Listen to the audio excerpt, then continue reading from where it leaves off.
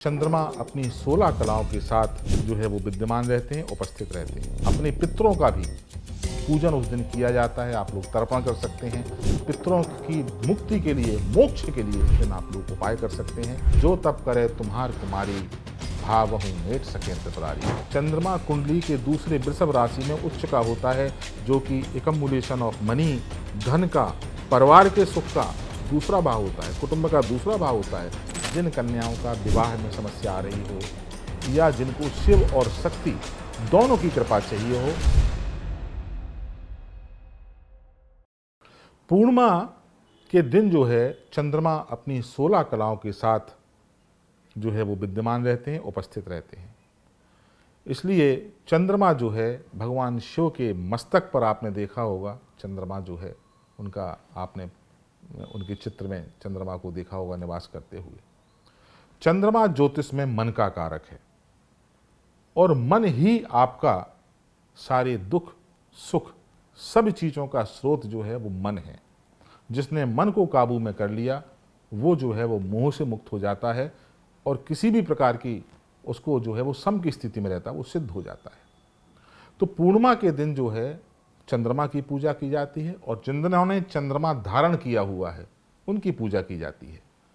चंद्रमा सुख का कारक है। चंद्रमा कुंडली के दूसरे वृषभ राशि में उच्च का होता है, जो कि एकम्बुलेशन ऑफ मनी, धन का, परिवार के सुख का दूसरा भाव होता है, कुटुंब का दूसरा भाव होता है, धन के संचय का दूसरा भाव होता है, वो चंद्रमा होता है। चंद्रमा कर्क राशि का स्वामी है। कर्क राशि काल पुरुष की कुंडली में चौथा भाव है, तो कहीं ना कहीं चंद्रमा सुख का कारक है, प्रॉपर्टी का कारक है, वाहन का कारक है। इसलिए माँ का भी कारक चंद्रमा है।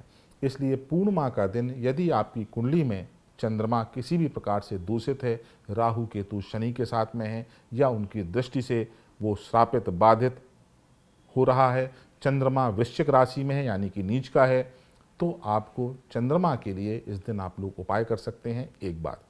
दूसरी बात, पूर्णिमा के दिन क्योंकि भगवान शिव की भी विशेष पूजन किया जाता है पूर्णिमा के दिन, तो उस दिन जो है जिन कन्याओं का विवाह में समस्या आ रही हो या जिनको शिव और शक्ति दोनों की कृपा चाहिए हो, तो भी हम पूर्णिमा के दिन जो है भगवान शंकर और माँ पार्वती का प्रदोष काल में पूजन कर सकते हैं।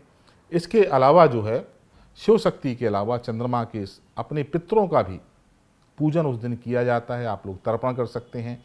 पितरों की मुक्ति के लिए, मोक्ष के लिए आप भगवान भोलेनाथ से प्रार्थना कर सकते हैं, माँ चंडी से प्रार्थना कर सकते हैं, पार्वती जी से प्रार्थना कर सकते हैं। जो तप करे तुम्हार कुमारी, भावहु मेट सके त्रिपुरारी।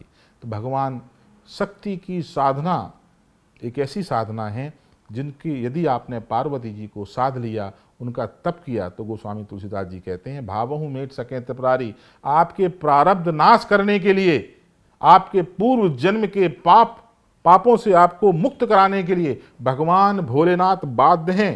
ही don't have any choice.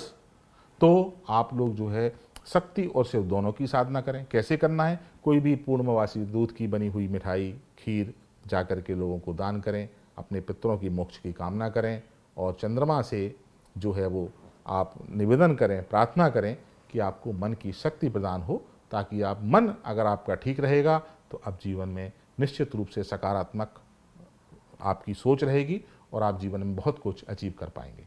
This video is sponsored by Ram Ram Group of Companies, co-sponsored by Nature House and Bhaiya Ji Silver Coated Ilachi.